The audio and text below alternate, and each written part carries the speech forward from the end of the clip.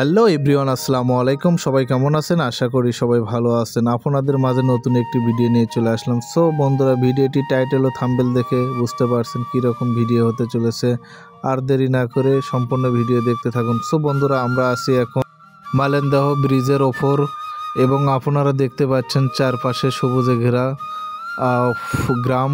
তার মাঝখান দিয়ে সুন্দর একটি ব্রিজ নির্মাণ করা হয়েছে। যে ব্রিজটা অবস্থিত হয়েছে বাঙালি নদীর ওপর। সো বন্ধুরা, আর কিছু না বলে সম্পূর্ণ ভিডিও দেখতে থাকুন। ধন্যবাদ সবাইকে।